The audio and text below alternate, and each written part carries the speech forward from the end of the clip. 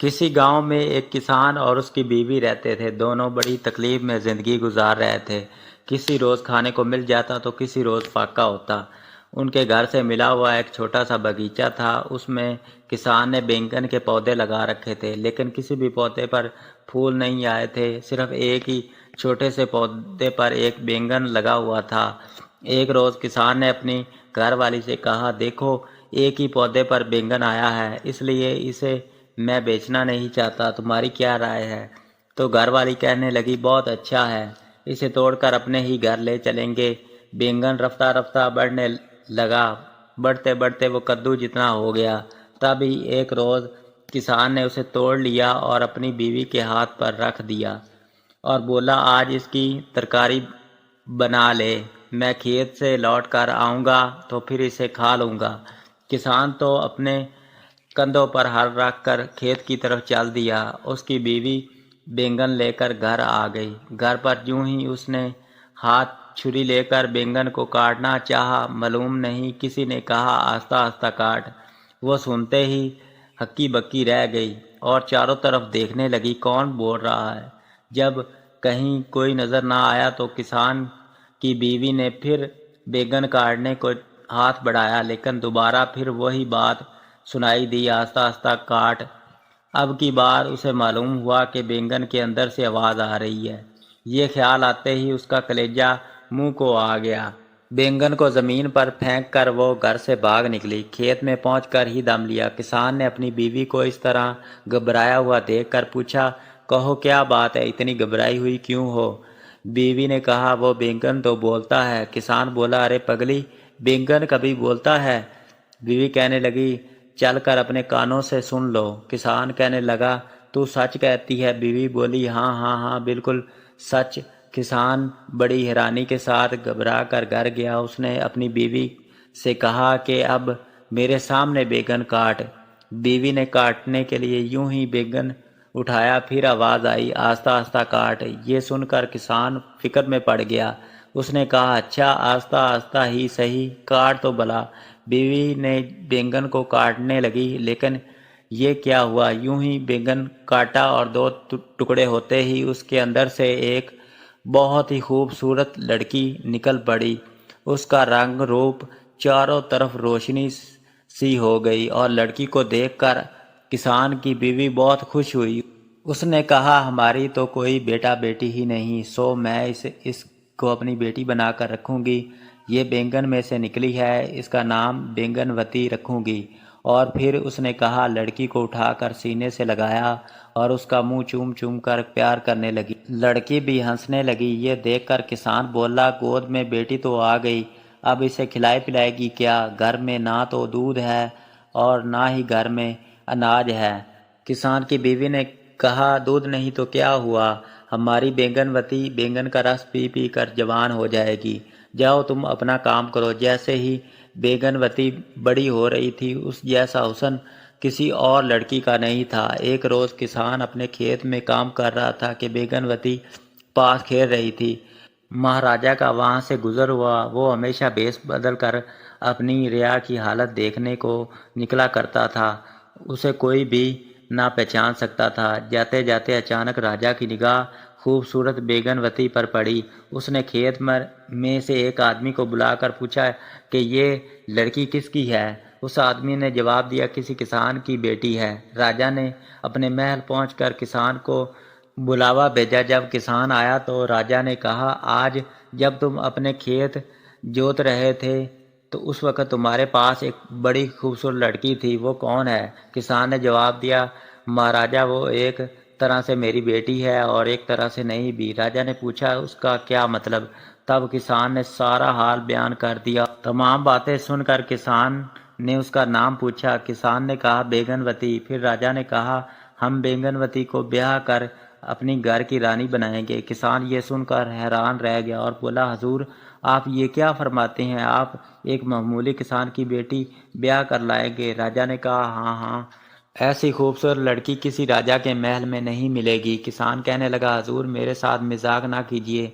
राजा ने जवाब दिया, मैं मजाक नहीं कर रहा, सच में कह रहा हूँ, तुम्हारी इस लड़की के साथ हम ज़रूर ब्याह करेंगे। खुशी के मारे किसान के मुंह से कोई बात ना निकली। वो राजा के मुंह की तरफ देखता रह गया। राजा ने कहा, जाओ अपनी बेटी को लाओ, आज से उसका नाम बैंगन सुंदरी है। किसान दौड़ा दौड़ा अपने घर आया और अपनी बीवी को सब बता दिया, और उसकी बीवी भी बहुत खुश हुई और बैंगनवती का श्रृंगार करने लगी।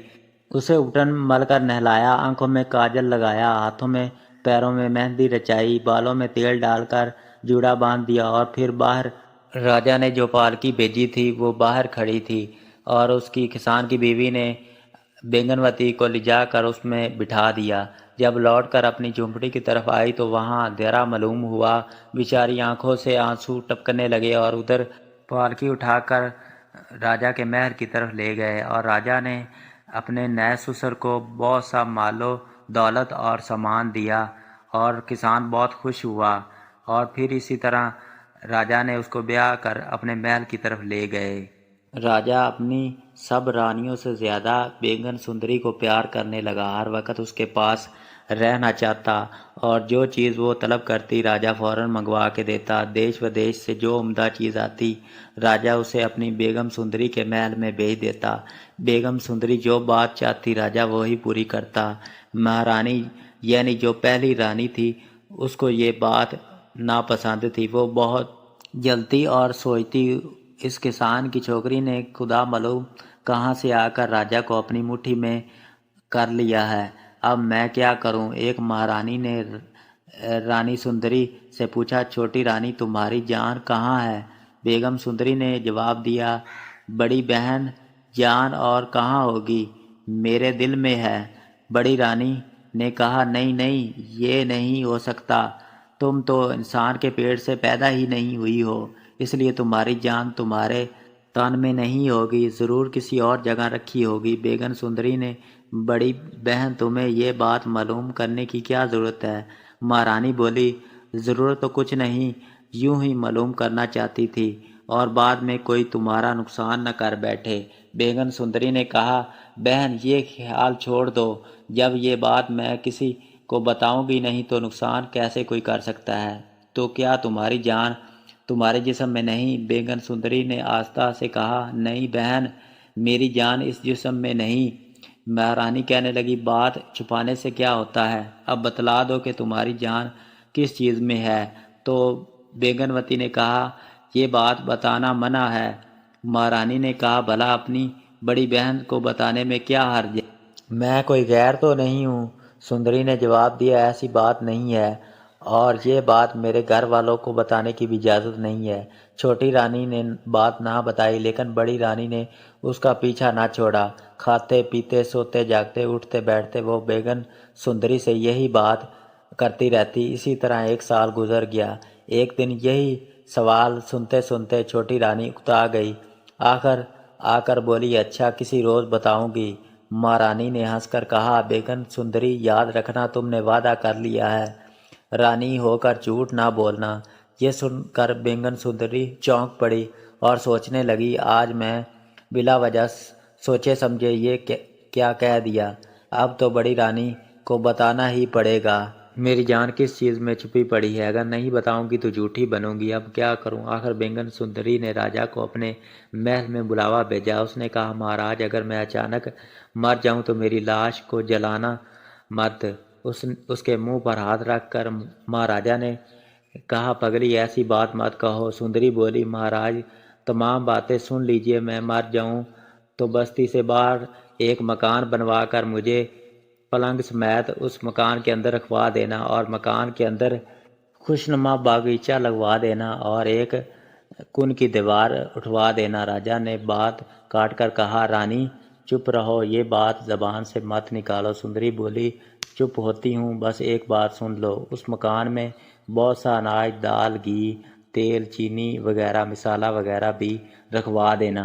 राजा कड़क आवाज़ में कहा, चुप हो जाओ। फिर सुंदरी चुप हो गई। कुछ रोज़ निकल गए। एक रोज़ बड़ी रानी ने बेगम सुंदरी से कहा, छोटी रानी तुमने बताया नहीं, तुमने वादा किया था, तुम्हारी जान किस चीज़ में है? बेगम सुंदरी बोली, क्या सचमुच बता दूं? बड़ी रानी ने कहा, तुम वादा कर चुकी हो, तुम क्या अब उस वादे को पूरा नहीं करोगी? बेगम सुंदरी बोली, बता दूंगी, तुम ज़रूर मेरी जान लोगी। बड़ी रानी ने उसका मुंह बंद करके कहा, ये तुम क्या कह रही हो? छोटी रानी बोली, अच्छा थोड़े दिन और ठहर जाओ, मेरा बच्चा हो जाए, उसके बाद बता दूंगी। छोटी रानी के बच्चा पैदा होने वाला था। ये सुनकर बड़ी रानी और भी ज़्यादा कड़कने लगी और जलने लगी। उसने कहा, जो तुम अभी नहीं बताओगी तो मैं सारी सल्तनत में ढंढोरा पिटवा दूंगी कि ये झूठी रानी मामूली किसान की बेटी है और झूठ बोलती है। झूठी रानी बोली, लो सुन लो, मेरे बाप के खेत के करीब एक कुआं है, उसके अंदर एक लकड़ी का संदूक है, उस संदूक में सोने की एक डिबिया है और उस डिबिया में एक माला है, उसमें मेरी जान है। रानी हंसते हंसते लूट पूट हो गई और कहने लगी, छोटी रानी तुम्हारी बड़ी किस्मत है, तुम्हारी जान किसी का खौफ नहीं। देखो तो कुएं के अंदर, उसके अंदर सोने की और उसके अंदर तुम्हारी जान। बताओ ऐसी जान को भी कोई ले सकता है? और ये जानकर जो तुम्हारा गला दबाने से जान निकल जाती है, तुम तो जीती जागती हो। राजा तुम्हारे हाथ सौंप कर सुख से मैं मर सकती हूँ। अब बड़ी रानी जल्दी से अपने महल में चली गई। फिर उसने चुपचाप एक बांदी को भेजकर एक गोताखोर को बुलवाया और रानी ने कहा, देख अगर तू मेरा काम करेगा तो तुझे मैं 500 अशरफियाँ दूंगी। उसने पूछा, क्या काम है? रानी ने कहा, फलां किसान के खेत के करीब एक कुआं है और कुएं के अंदर एक लकड़ी का संदूक है, वो लाना है और ये बात भी किसी को नहीं बतानी। गोताखोर उसी वक्त कुएं की तरफ चल पड़ा और पानी में गोता लगाकर सोने की डिबिया निकाल लाया और डिबिया मिल जाने से रानी बहुत खुश हुई और गोताखोर को 500 अशरफियाँ देकर वहाँ से रुखसत कर दिया। उधर कुएं से डिबिया निकलते ही बेगनवती की तबीयत खराब होने लगी। बड़ी रानी ने डिबिया में से माला निकाली और खूब उल्ट पुल्ट करके अपने गले में पहन ली। उसी वक्त बेगनवती तड़प तड़प कर ठंडी हो गई। महलों में कोहराम मच गया। राजा भी रोने लगा और रोते रोते वजीर को बुलाकर कहा, बेगन सुंदरी के लिए एक मकान बनवा दो। वजीर ने कहा, अब मकान का क्या होगा, अब तो रानी की लाश जला देनी चाहिए। राजा बोला, नहीं बेगन सुंदरी मुझे कुछ वसीयत कर गई थी, तुम बस्ती के बाहर एक मकान बनवा दो, उसमें बेगम सुंदरी को पलंग समेत पहुंचा दो। वजीर ने कहा, जो हुक्म हजूर। बेंगनवती जैसा कह गई थी वैसा ही हुआ। मकान बनवा दिया गया। फिर बेंगनवती को उस मकान के कमरे में लिटाकर सब लोग बाहर निकल आए। मकान के चारों तरफ दीवार बनवा दी गई। इसी तरह वक्त गुजरता रहा। इसी तरह एक साल गुजर गया और सोत के मर जाने से बड़ी रानी बहुत खुश हुई। उसका कलेजा ठंडा हो गया। लेकिन राजा बेगम सुंदरी को नहीं भूलता था। छोटी रानी याद आते ही राजा की आंखें डूब जाती। वो अक्सर ये सोचा करता था कि बेंगनवती ने ये कहा था कि मेरी लाश को जलाना मत, तो क्या वो फिर जी उठेगी? बेंगनवती के मकान को देख देख कर राजा ख्याल करता था, जिस मकान के अंदर वो सो रही है इतने दिन हो गए हैं, कहीं जाग तो नहीं गई।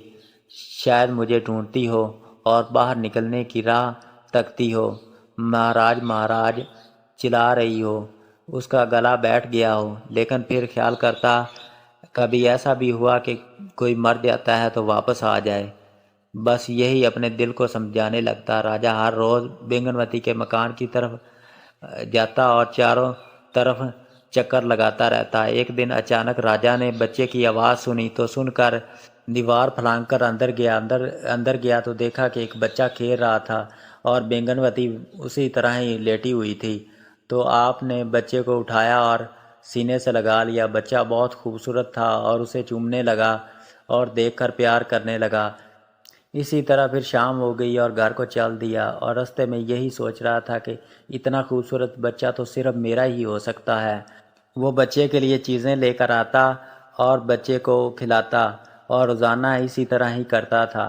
और इस तरह दिन गुजरते गए और बच्चा आस्ता आस्ता बोलने लगा। और उसने अपने बच्चे से पूछा, बेटा तुझे खाना कौन देता है? तो उसने बताया, मुझे मेरी माँ खाना देती है। तो उसने पूछा, बेटा वो दिन को क्यों नहीं उठती है? तो उसने कहा कि आज मैं अपनी माँ से पूछूंगा कि वो दिन को क्यों नहीं उठती है। इसी तरह वो राजा अपने घर चला गया और रात को बच्चे ने अपनी माँ से पूछा। सुंदरवती ने अपने बच्चे को कहा, बेटा वो तुम्हारा बाप है। और दिल ही दिल में सोचने लगी, अब बात छुपाने से क्या होगा। तो उसने सारा मामला अपने बेटे को बता दिया। जब दिन को महाराजा अपने बेटे के पास आया तो उसने उससे पूछा कि तुम्हारी माँ ने तुम्हें क्या बताया। तो उसके बेटे ने उसे बताया कि जो महारानी है वो अपनी गले में माला डाल के रखती है दिन को, और रात को उतार देती है तो मेरी माँ उठ जाती है। महाराजा सारी बात सुनकर अपने घर को चल देता है, और रात को राजा बड़ी महारानी को कहता है कि मेरा एक दोस्त है, उसका एक बेटा है, मैं उसको दिन को इधर ले आऊँगा अपने महल में। तो क्योंकि रानी को बच्चों से बहुत प्यार होता है तो कहती है ठीक है, लेकिन राजा कहता है कि उस बच्चे की ज़िद बहुत ज़्यादा है, वो जो चीज़ मांग ले वो लेकर रहता है। तो रानी कहती है कि कोई बात नहीं, हमारा इतना बड़ा महल है, जो चीज़ कहेगा हम उसे देंगे। दूसरे दिन फिर वो राजा उस बच्चे को अपने साथ लेकर आता है, और वो बच्चा महल में खेलने लगता है, और अचानक बच्चा माला को देखता है तो जिद करता है कि मुझे ये दो। तो वो महारानी कहती है ये मैं नहीं दूंगी। तो राजा कहता है दे दो, तुम्हें मैं और ला कर दूंगा। लेकिन महारानी कहती है नहीं, मुझे यही माला चाहिए। तो राजा कहता है ठीक है, वापस ले लेना, जब बच्चा खुश हो जाएगा तो वापस ले लेना।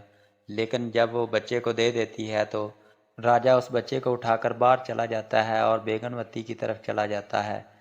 राजा जैसे ही बेगनवती के पास जाता है तो वो उठकर बैठ जाती है और बहुत खुश होती है, और राजा भी बहुत खुश होता है और बच्चा भी खुश हो जाता है। आज रात वो सारी रात उधर बैठा रहता है, और जब रात को वापस महल में जाता है तो रानी पूछती है तुम इतना लेट क्यों आए थे। वो बताता है कि मेरी एक बादशाह के साथ लड़ाई हो गई है और वो मुझे मारने आ रहा है। महारानी कहती है लड़ाई झगड़ा तो मुझे पहले भी पसंद नहीं है, तुम मुझे कोई जगह बताओ जहाँ पे मैं रह लूँ। तो वो कहता है तुझे एक नीचे तह खाना बना देते हैं और उसमें तुम छुप जाना। तो वो कहती है कि महारानी कहती है कि फ़ौरन फ़ौरन तह खाना बनवा दो। तो वो कहता है ठीक है। इसी तरह ही वो नीचे एक तह खाना बनाते हैं, और वो जब नीचे जाती है तो वो राजा बाकी सबको कहता है कि मिट्टी डाल दो। जैसे ही वो मिट्टी डालते हैं और वो अंदर मर जाती है।